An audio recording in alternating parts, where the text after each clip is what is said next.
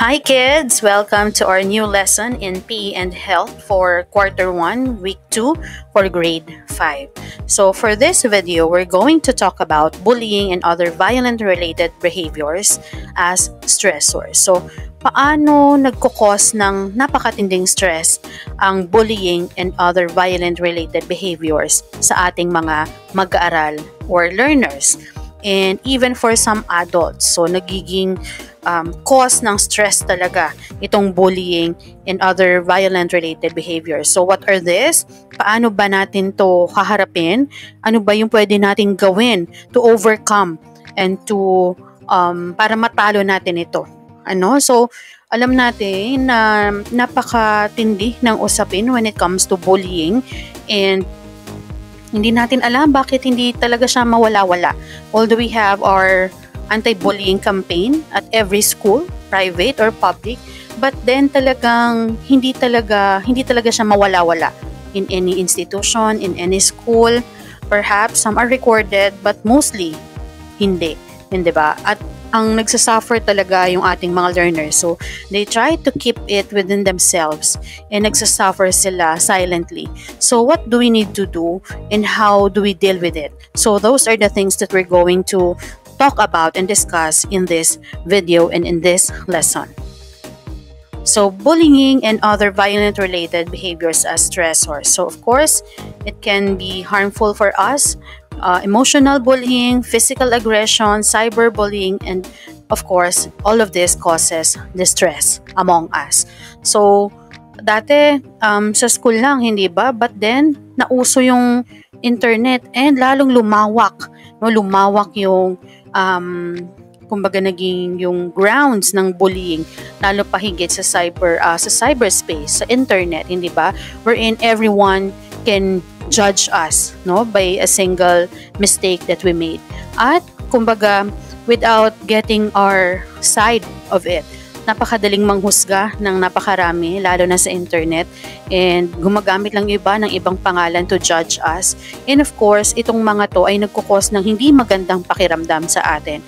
So kung tayo ngang medyo adult na ay tinatablan, so what more yung ating mga learners, what more yung ating mga students. So iba yung impact nito sa kanila. Okay, so let's unlock our content area vocabulary. So we have exclusion, criticism, threat, and insulting. So 4 powerful words. Okay, so exclusion, when someone is intentionally and recurrently isolated or left out, both offline and online. Have you experienced this one? Yung talagang pinaparamdam sa'yo na hindi ka belong sa kanilang grupo. And they intentionally left you out. Online man yan. Halimbawa, may GC, hindi ka belong sa section nyo, no one added you as part of the group chat for that section, for example. And for halimbawa, may group activity. Everyone has a group but no one wanted you to be part of their group. So, masakit yun, may impact yun sa atin, especially sa mga students natin na bakit hindi nila ako sinasali? Ano bang meron sa akin? Bakit hindi nila ako sinasama sa grupo nila? Then we have criticism, the act of expressing displeasure or disapproval towards something or someone. So, we criticize someone. Ginajudge natin sila for something na nagawa nila without knowing ano ba yung dahilan bakit nagawa nila ito. Or, walang ginagawa pero kinikriticize natin yung isang tao. Threat, the possibility that something bad could happen to an individual or object. So, binabantaan, Abangan kita mamaya sa kanto. Antay ka lang. So, that is a form of a threat. Kahit pa sabihin mong joke lang yun, titigan mo ng masama, lagot ka sa akin mamaya. So, that is a threat already. And insulting, an action or statement that is impolite or disrespectful. So, diba, yung pang-insulto is medyo malawak din yan. Yung pagsagot-sagot natin sa nakakatanda sa atin without giving them respect is one way of insulting them. And yung harap-harapan mong sasabihin sa kanila without giving them respect to their authority, sa atin na lang mga magulang, yung pagsagot-sagot natin sa kanila ng pabalang, that's one way of showing disrespect and at the same time insulting them. Diba? So ito yung mga bagay-bagay na nagkakaroon ng matinding impact sa atin. And one more thing, pag ini-insulto mo yung isang tao, hindi ba yung classmate mo na lang, No, he or she tried his best to answer the question of the teacher, but then inano mo siya, kinontra mo siya, hindi ba? Sinabi mo mali yung sagot mo, hindi tama yan.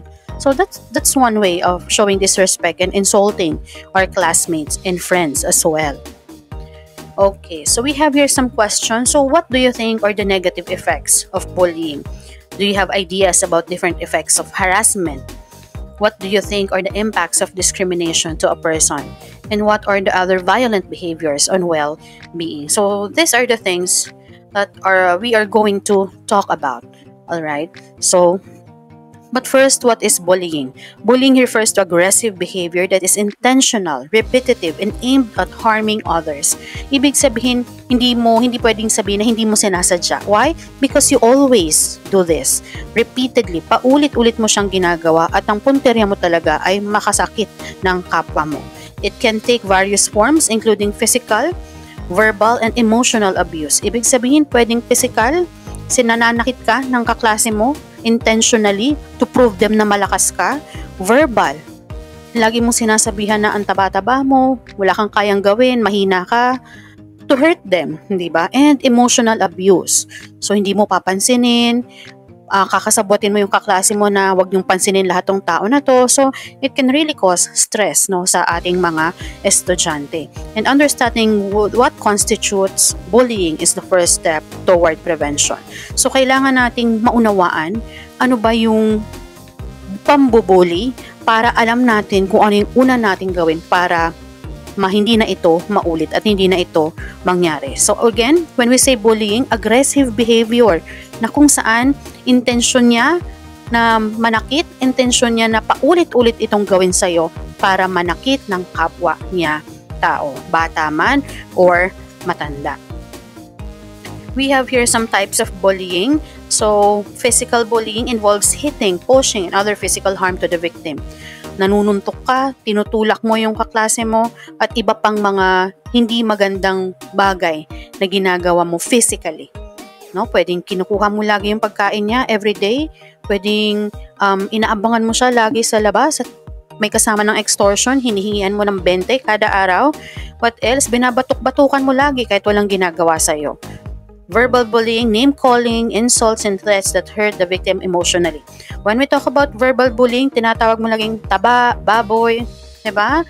Payatot, yung mga name-calling natin, yung mga kung ano-anong tinatawag natin na hindi maganda sa ating kaklase, which is intentionally para masaktan sila, no? So, yun yung ating mga verbal bullying. Aside from laging pagmumura, minumura mo, sinasabihan mo ng mga hindi magagandang salita.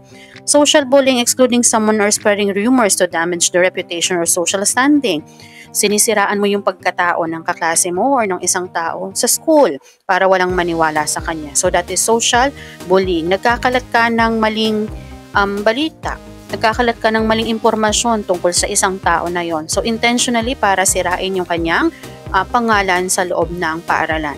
Gender-based bullying, discriminating or targeting someone based on their gender or sexual orientation. Hindi may iwasan, may mga kaklase tayo na lalaki pero prefer nila na maging babae. May mga kaklase tayong babae pero mas prefer nilang maging lalaki. So sila yung mga laging nagiging target ng pambubuli, no? Because of their gender preferences. Although mas open tayo ngayon pero hindi lahat inuunawa yon. So meron at meron pa rin kapag nagkainitan, inaatake sila based on their gender preferences. Okay, so signs of bullying. Recognizing the signs of bullying is essential for intervention. Victims often show physical signs like bruises or scratches, lagi may pasa, may kalmot, as well as emotional signs like withdrawal or anxiety. So ayaw nang pumasok sa school. Ayaw na kasi parang pakiramdam niya mapapahiya siya kapag papasok lang siya. Nagkakaroon na siya ng anxiety kung ano-ano na yung pumapasok sa isip niya na ang dami-dami ng bagay na gumugulo sa utak niya. Academic performance may also drop as a result of bullying. So, syempre, apektado na, hindi na pumapasok, wala na siyang natutunan, hindi na nakakakuha ng quizzes, hindi na nakakapakinig ng lesson. So, what will happen? Maapektuhan yung academic performance ng estudyante. So, eto na, physical injuries, emotional changes. Una, kwentuhan pa sa kaklase but suddenly ayaw na umumik, nasa isang tabi na lang. Physical injuries, makikita na natin na may mga pasa, may mga kalmot, may mga kung ano-ano. And then frequent absences. So nagsisimula na hindi na pumapasok sa klase. Sa isang linggo, isang beses na lang hanggang sa isang buwan, 2 beses na lang pumapasok. Alright, so effects on victims, bullying can have long-lasting psychological, emotional, and social effects. Victims may experience anxiety, depression, low self-esteem, and difficulty forming trusting relationships. The effects can extend into adulthood if not addressed. Yan. So, ibig sabihin, pag hindi ito na-address nung bata pa siya, dadalhin niya ito hanggang sa siya ay tumanda at makaka-apekto sa kanyang mga social relationships. So, negative effects of bullying, harassment, discrimination, and other violent behaviors on well-being. In fact, there might be a lot of tension associated with bullying and other violent actions. They can have long-term emotional and psychological repercussions, in addition to having an immediate negative effect on people's well-being. Taking care of and stopping these kinds of activities is essential to creating a safe and encouraging atmosphere. Bullying and other violent actions have the potential to increase stress levels, which can have an impact on one's mental and emotional well-being. These acts foster a climate of fear and worry, underscoring how crucial it is to confront and stop these behaviors for the general well-being of those engaged. Okay, so negative effects of bullying impact on mental health. Bullying can lead to development of depression and anxiety, significantly affecting an individual's emotional well-being. Parang gusto na lang laging magkulong sa kwarto, ayaw nang makihalubilo, ayaw makipag-usap. So feeling niya kapag may ginawa siya, i-judge ka agad siya ng mga tao. So may ganun siyang nararamdaman. Loss of self-confidence, nawawala ng tiwala sa sarili. Victims often experience a profound loss of self-confidence, hindering their ability to assert themselves and trust in their own abilities. Ayaw nang sumagot sa klase kasi pagtatawanan ng kanyang mga kaklase. Okay? Yung ating mga kapatid na from other parts or other provinces na may meron silang may mga dialect, may mga punto, ayaw nang sumagot because pagtatawanan ng kaklase. Hindi ba? So, nawawalan sila ng tiwala sa kanilang sarili kahit tama naman yung kanilang sagot sana. Pero dahil natatakot sila na pagtawanan yung kanilang accent, hindi na lang sila sasagot. So, increased self-criticism. Bullying can foster a heightened sense of self-criticism, causing individuals to internalize negative messages and blame themselves. So, halimbawa, yung mula bata, wala nang ginawa kundi tuksuhin ng mataba. So, parang, okay, nagkakaroon ng biniblame nung tao yung kanyang sarili. Bakit kasi ang lakas-lakas mo kumain? Bakit kasi hindi ka marunong mag-control ng pagkain mo? Bakit kasi hindi ka nag-exercise?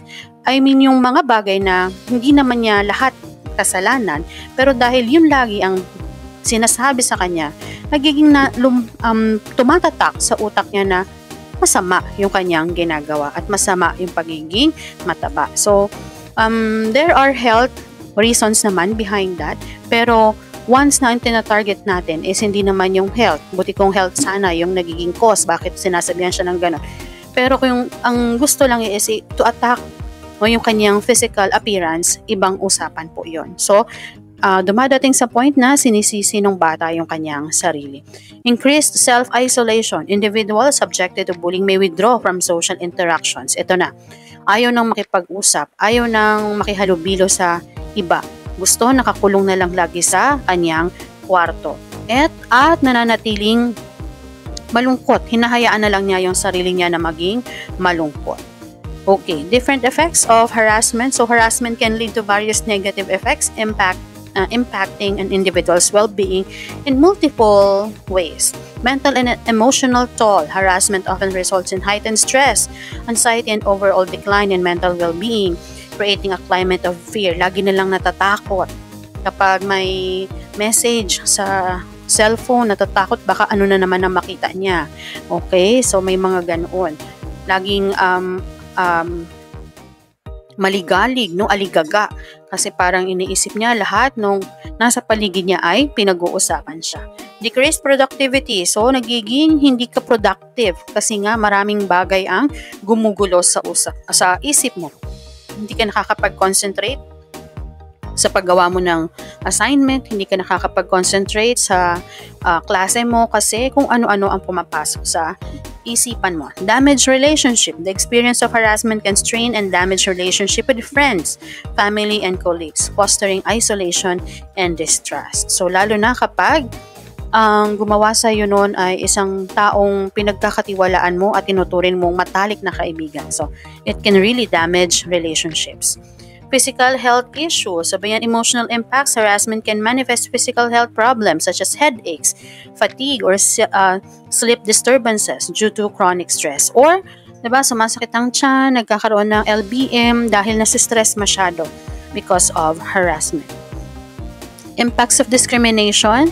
Discrimination can have profound negative effects on individuals and society, leading to psychological, emotional, and economic consequences. It fosters inequality, hinders personal development, and undermines social cohesion, ultimately impeding progress toward a fair and just community. No? Sa isang classroom, iba ang treatment sa may kaya, ibang treatment sa wala. Pero of course, that is a no-no, a big no. No, inside the classroom, everyone is equal and everyone should be equal. No, itatrato natin sila ng maayos, itatrato ng tama. No, kung ang hindi nakakabasa ay well off, so walang doon. Kumbaga hindi dapat bigyan ng special treatment dahil well off siya, hindi ba?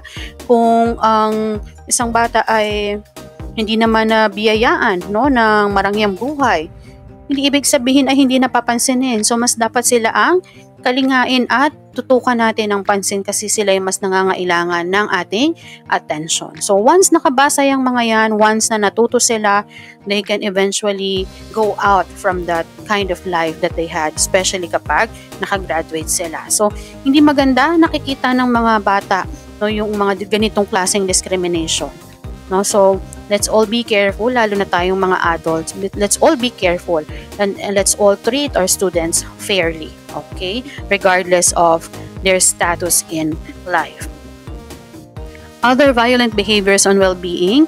A person's general well-being can be greatly impacted by a variety of violent action, including physical aggressiveness, domestic abuse, and bullying. They could result in emotional anguish, mental health problems, and physical injury.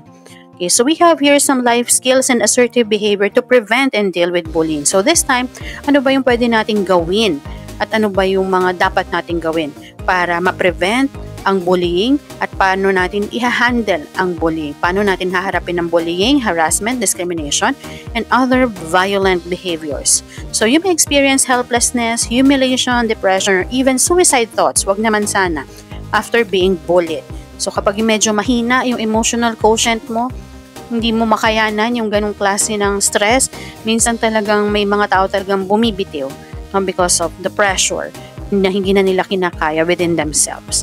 So however, there are strategies for dealing with bullies and defending yourself in public and at school. So what are we going to do to prevent, no, and to deal with this kind of bullying? Stay calm.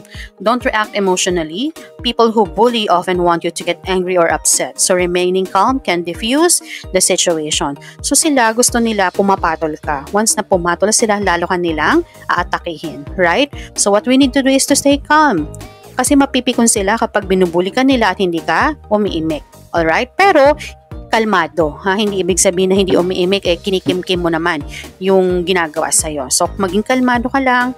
Kapag may ginagawa, huwag pumatol kasi gustong-gusto nila na umiinit ang ulo mo. Gustong-gusto nila na pumapatol ka sa kanila. So that way, lalo kanilang iinisin at bubwisitin. So manatiling kalmado. Next thing that you need to do is to report it. Tell trustworthy adults and keep talking to them until the bullying stops. Reporting helps keep everyone safe and it is not the same as dubbing. Yung iba, sambongera ka naman, sambongera. Ano naman, no? Kung hindi siya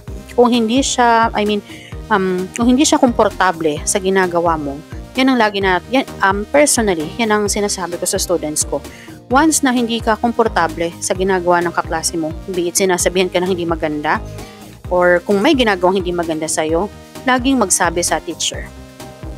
Pwede namang Kapag wala na yung kaklase, saka pumunta at magsabi. Pwede namang i-message. To address, mahirap kasing gawan ng aksyon kung wala namang nagsusumbong.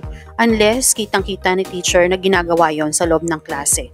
Pero kung hindi naman halimbawa si advisor or si guidance, si ating guidance advocate, hindi laging nakabantay sa lahat ng klase, hindi niya nakikita ang lahat ng bagay, then report it.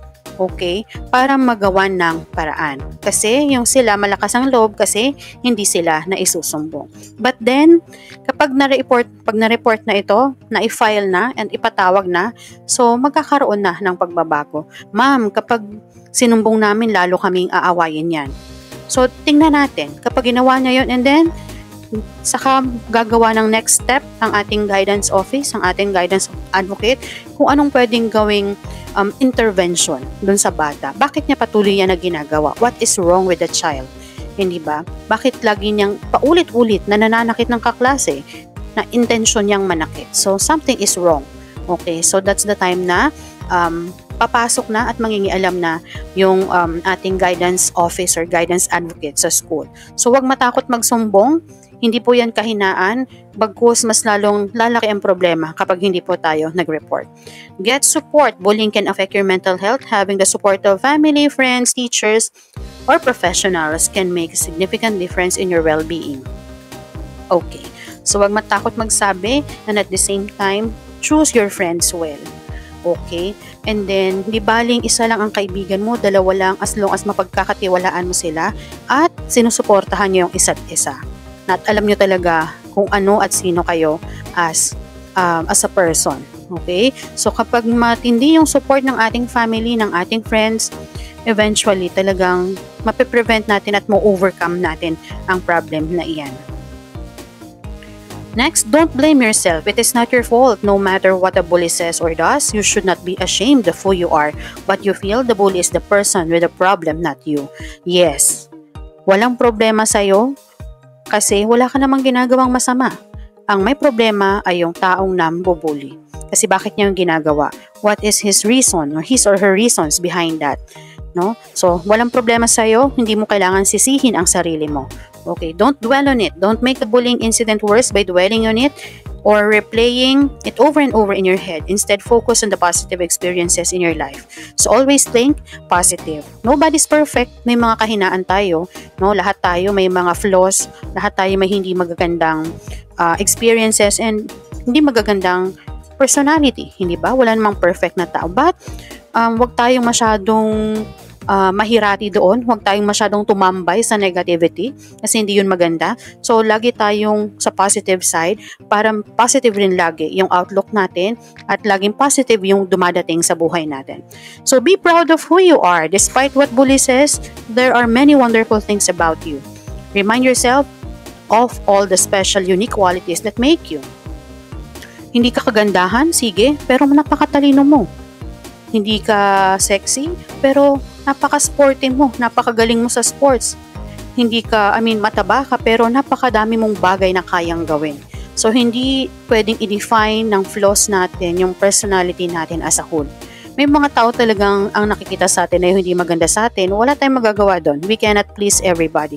But as long as you believe in yourself, you are proud of yourself. Alam mong wala kang tinatapakang tao, wala kang inaagrabyadong ka-classmate, so walang point para ikaw ay para questionin mo yung iyong sarili. So, always be proud of who you are. Lalo na kung alam mong nasa tama lagi yung iyong mga ginagawa at wala kang inaapakan na tao. Learn to manage stress. Finding healthy ways to relieve the stress generated by bullying can make you more resilient, so you won't feel overwhelmed by negative experiences. Exercises, meditation, positive self-talk, muscle relaxation, breathing exercise, and all good ways to cope up with stress of bullying. So, hindi lang siya sa bullying, actually sa lahat ng klase ng problems na kinakaharap natin. Try to pause and stay calm, breathe, huminga, and think back. Ano ba yung hindi mo magandang nagawa? Saan ba yung mga bagay na nagkamali ka? And then reflect. And then, recharge, pray, of course. Ask for divine intervention. mag-pray tayo, pwede tayo makipag-usap sa mga professional. Kung may kakilala kayong pare, you can talk to madre or pwedeng advisor na sa tingin natin makakapagbigay sa atin at makakapag-uplift ng ating spirit na anything that would help us para ma-reduce yung bigat sa dibdib natin. So let's just do it.